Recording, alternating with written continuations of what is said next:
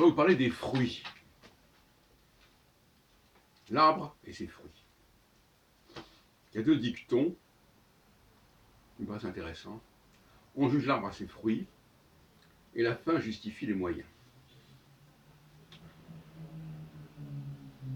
Je crois qu'il faut aller vers une philosophie des fruits. Un autre terme qui est intéressant également, qui est bien connu, c'est on ne peut pas avoir le beurre et l'argent du beurre. Prenons par exemple la question du gaz de schiste. Une chose est de consommer du gaz de schiste, une autre de le produire. On peut très bien consommer du gaz de schiste en l'important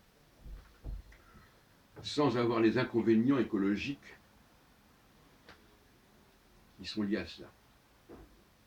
Mais celui qui le produit, lui, et qui le vend, qui le troque, lui, il va subir les problèmes écologiques. Dans beaucoup de domaines, comme par exemple, quelqu'un qui importe des voitures, par exemple, il n'a pas à construire d'usine, il n'a pas à gérer la question des ouvriers, des grèves, du social, etc., etc.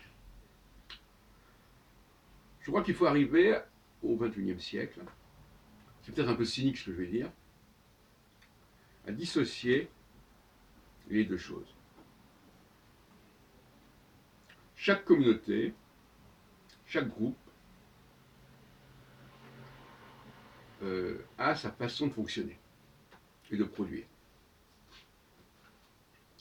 Mais pour les autres communautés qui sont en contact avec cette communauté-là, ce qui est important, ce sont les fruits. C'est-à-dire qu'est-ce que ça donne et comment c'est produit, c'est un épiphénomène à la limite.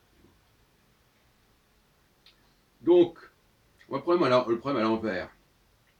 Est-ce qu'il faut condamner une production parce que la façon dont elle est obtenue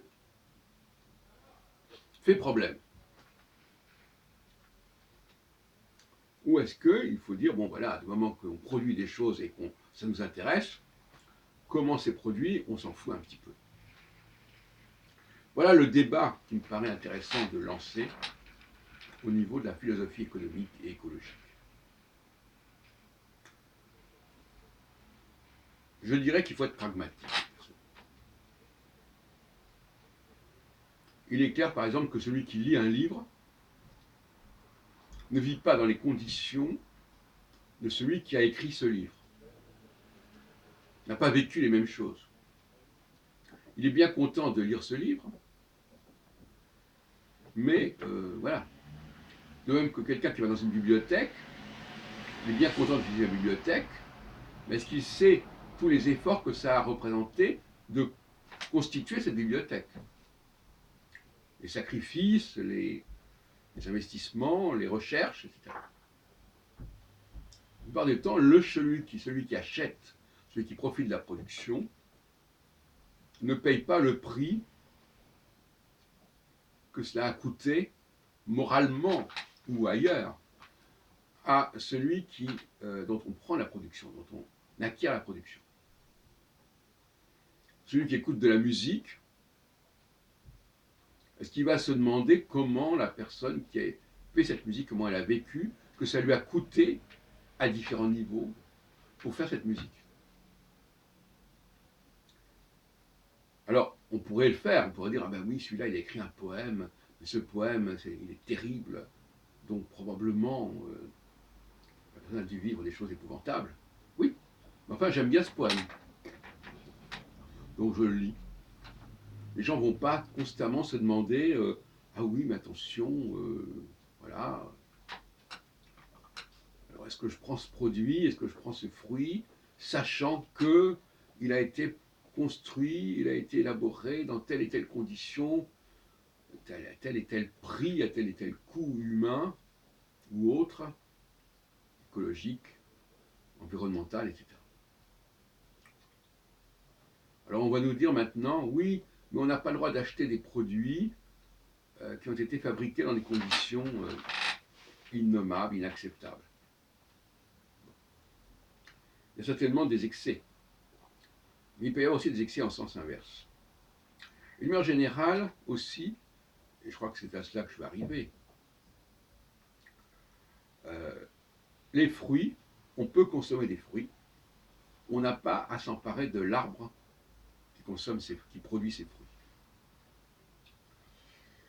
Et là, il y a une frontière qui passe, si vous voulez.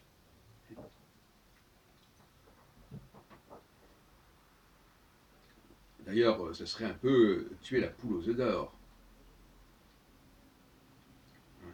On ne se contente pas de consommer les œufs, mais on veut aussi la poule. Ou même on veut s'approprier la poule, on veut même la remplacer.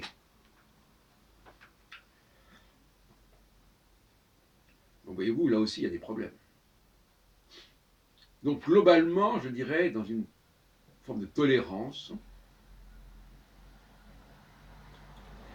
si une société s'organise pour produire telle et telle chose, ou si une personne s'organise pour produire telle et telle chose, prenons ce qu'elle nous propose, échangeons avec ce que nous avons proposé, parce que je crois beaucoup au troc, de manière générale, et on ne va pas nous demander, nous aussi, parce que dans un échange, alors vous avez, comment vous avez obtenu cela? Ah oui, et vous, comment vous avez obtenu cela? Alors on va discuter indéfiniment dans un échange commercial, combien ça a coûté humainement, écologiquement, de fabriquer ceci, ou de produire cette musique, ou de produire ce livre. Et des deux côtés. Et vous, comment ça s'est produit, etc. On ne peut pas aller trop loin dans ce domaine. Donc, moi, ce que j'appelle ça l'économie du fruit.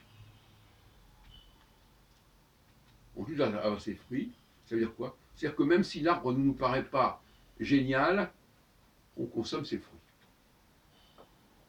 Et la fin justifie les moyens. Enfin, la fin, c'est le fruit. Maintenant, les moyens pour obtenir ce fruit, pour faire pousser, c'est une autre question, voyez-vous, encore une fois.